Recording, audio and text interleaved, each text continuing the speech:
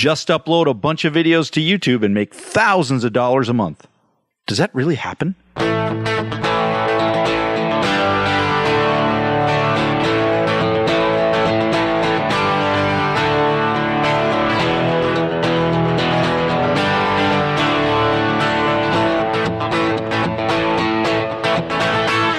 Okay, thanks everybody for joining me. This is Joe Leach with Throw the Boss Out. Jim is not with us today. He's in sunny Minneapolis, and I'm in partly cloudy Los Angeles, out doing some work for one of my businesses.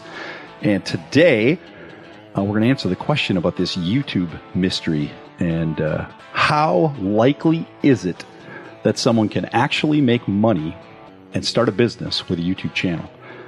Now, there's no question that it's possible, and you can look no further than a website that is called Social Blade. If you go to socialblade.com, you can actually see real people with very ordinary lives putting YouTube videos up and making literally thousands of dollars a month in revenue. Now, the real question is, how viable is this? I mean, did each of these people just get lucky? Is there a formula? Can somebody actually start today, begin a YouTube channel, and have any hope that they could turn it into a business enterprise, or even just an enterprise where you could make some money each month? And I have a YouTube expert with me today who has hundreds of thousands of subscribers, and he can answer a lot of these questions. This Social Blade website is very, very interesting. If you go there, you can even sort by top lists, and you can just see all the different things. A great one to look at is to check out a video channel called Good Mythical Morning. Happens to be one of my favorites. Rhett and Link, two guys who are just incredibly with infectious personalities, fun to watch. And they have millions and millions and millions of subscribers. And they actually have separate channels. And I'm going to ask our guests today, too, what the strategy is behind doing things like that. But without further ado, I'd like to introduce you to my good friend, Rob Chapman, who has like I said, a very successful guitar music YouTube channel. And I am going to promise to pull as much valuable information out of this man as I possibly can in the few minutes that we have. Rob, say hello to all these good people. Hello, good people. I watch Rhett and Link. Did you watch the recent video with the water purifying jug? No, I just saw the one with the pink shoes and the panties. Oh, man, it's so amazing. What is the one that you're talking about? They got a water purifying jug, and they purified Mountain Dew. And they purified all sorts of different stupid things, including like mouthwash, and then took a sip of the purified version, even Budweiser. Right, it's absolutely hilarious. And were some of the things unpurifiable, or so everything lost the original color? So the Mountain Dew that was purified was no longer green, but it had like a breathy hint of Mountain Dew left in it. Which would make some sense. Yeah, it was such a classic idea. It's one of those things where you think, I wish I'd thought of that. That happens a lot in my industry.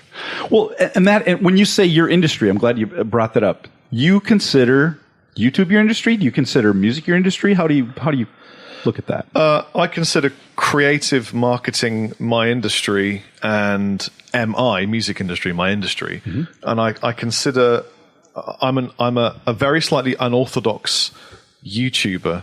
I don't consider myself a YouTuber. YouTube is my medium. So, for example, something that I would never do, or I have never done, although I probably should do, is go to the YouTube conventions or meet up with other people in my situation. For example, would go to specific areas to be a YouTuber and meet other YouTubers. Whereas in the music industry, and in particular guitarists, we tend just to hang out with guitar YouTubers. We don't mix.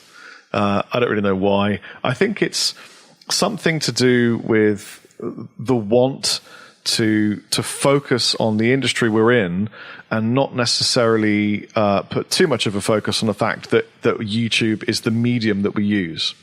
So I was going to actually ask you that specific question about whether you considered yourself a YouTuber. So essentially, are you saying going to these conventions and working with other YouTubers, this is the difference between someone who's just thinking about it from I'm a creative versus I'm an actual YouTuber? Yeah, so the difference with my personal business and other YouTubers would be that I am a musician, foremost, guitarist, singer.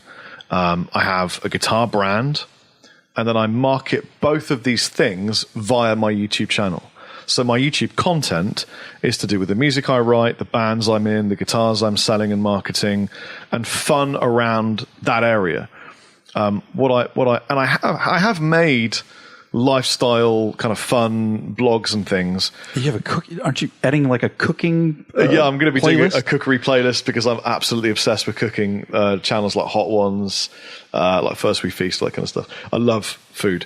But what I don't do is just, you call them skits in America? Yes. So skits and kind of, I don't know. I stick within my area. So, for example, there are people that would focus on what they call in the industry female. So, my summer haul, 10 top lipsticks, and they're focused on that area. And there are people that would be in gaming and do reviews and playthroughs and play with me.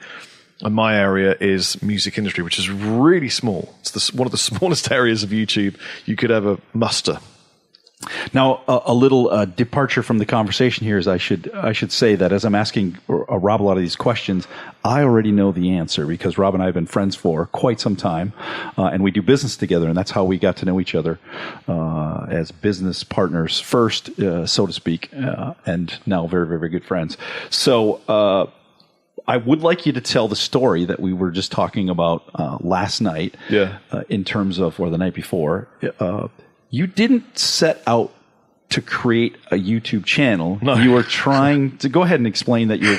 So I was a guitar teacher. I played guitar since I was 16. Really life story, really short. Went to a guitar college in England, the first one that was set up, called the Guitar Institute, and I qualified, as a guitarist, so I could become a session guitarist back in the day.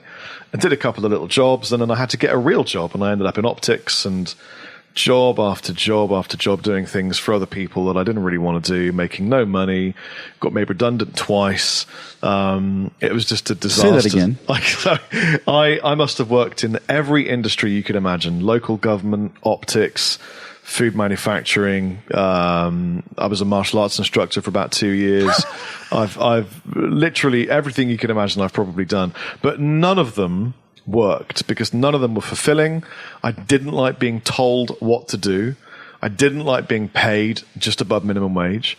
I didn't like having to work night shifts or picking in a warehouse or all these different things. It was just, not that I'm any more educated than the average person, but I had this creativity inside of me that I needed to get out and express. And so I ended up teaching guitar, and I was lucky. I had a few hands up. I'd done some session work for some labels, and I was a pretty good player, and I'd been in some bands and had done some things. So the posters I put up were really well marketed and branded. And I'd cut my teeth in marketing working for Virgin Mobile, and in particular Richard Branson. That had been kind of life-changing in the way I had perceived marketing myself as a guitar teacher. And I started making little videos on a place called MySpace. And they would go along the lines of, "Hey, I'm Rob Chapman, and thank you for watching this video, and welcome to Chapman Guitar Tuition. Today, we're going to take a look at the major scale. If you'd like personal guitar lessons with me, here's my telephone number, 0122576, blah, blah, blah." And before you knew it, I had, 50 guitar students paying me, I think it was initially £15 an hour. And I got to the point where I made enough money from guitar tuition that I would start from 6:30 until 10 p.m. that I could quit my day job and just be a full-time guitar teacher. And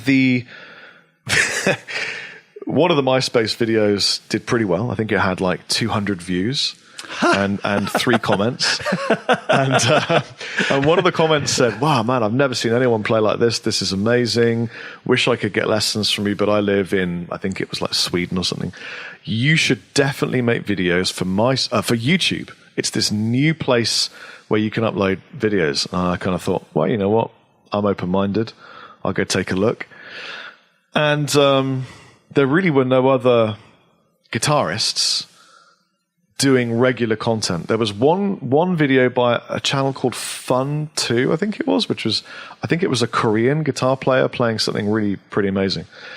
And I just opened a channel, called it my name, and I just made adverts for my guitar tuition. So, hey guys, Rob Chapman from Chapman Guitar Tuition. Let's take a look at some finger exercises. By the way, I teach guitar, la la la la. And then eventually I got bored of just the teaching, and I wanted to play riffs and just have fun and just do my thing. And I was demonstrating some gear that I had just purchased at discount due to my fantastic friend Graham May. If Graham's listening, I'll be amazed. But hi, Graham. Graham actually was the tech for a whole bunch of huge bands. Including he was a bass tech working for guys at Megadeth and Zakk Wylde and all these different things. And he was off tour working in a guitar store in Southampton, and he got me a discount when they were getting rid of loads of stock and shutting down on all this Orange gear. So I suddenly acquired like 3 amps and a bunch of like 4 guitars because I was going into Abbey Road to record an EP with Eddie Kramer. Actually, with a different guy called Nick Tauber, who produced Thin Lizzy and Def Leppard. And I wanted to show off all this awesome Orange gear that I just acquired really cheaply. And I had the good fortune to make a video with an amplifier called the Tiny Terror, which was a very small, one of the very first lunchbox size. Tiny little things. Yeah. And I just couldn't get it right. I was sat down trying to play it, doing a serious review. Hi, here are the clean tones, here are the crunch tones. And for whatever reason, the stars were not aligned to make a great video. And I was just losing it, and I wasn't enjoying it. I hadn't had enough coffee. I was tired.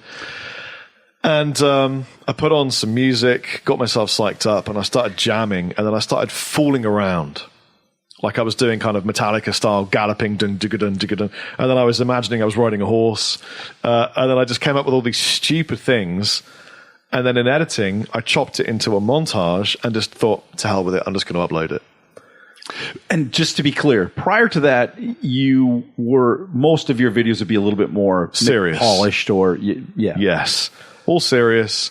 Chapman Guitar Tuition, guitar lessons. Nothing had any personality. Nothing was really me. I'm not a serious guy. And this was the first video where I had just messed around, chopped it up, had a bit of fun, put it up and thought, to hell with it. Let's just do it, And overnight, I think it was like 1,500 views or something like that, which for them was huge. Right. And then... what year is this, Rob? Sorry. Oh, God. About? This is like 10 or 11 years ago, I think. Okay. So tell the truth, I can't remember. But not that long ago. I mean, no. 10 years is, but in technology. Oh, yeah. It's forever ago. Yes. Yeah. I remember it was November. It was cold outside. Anyway, a month later, I had 10,000 views. On that one video. Yeah. Which was unprecedented. It was the most viewed video on YouTube in music for that month. And then I got a phone call from Orange. No kidding. Yeah. And they said, hi, my name's Damon. I'm the managing director of Orange. And man, I've been watching your videos, and we saw them with the Tiny Terror. We thought it was just amazing, and we just loved you to come in and have a meeting with us. And I thought, okay, this is interesting. I wonder what they want to do.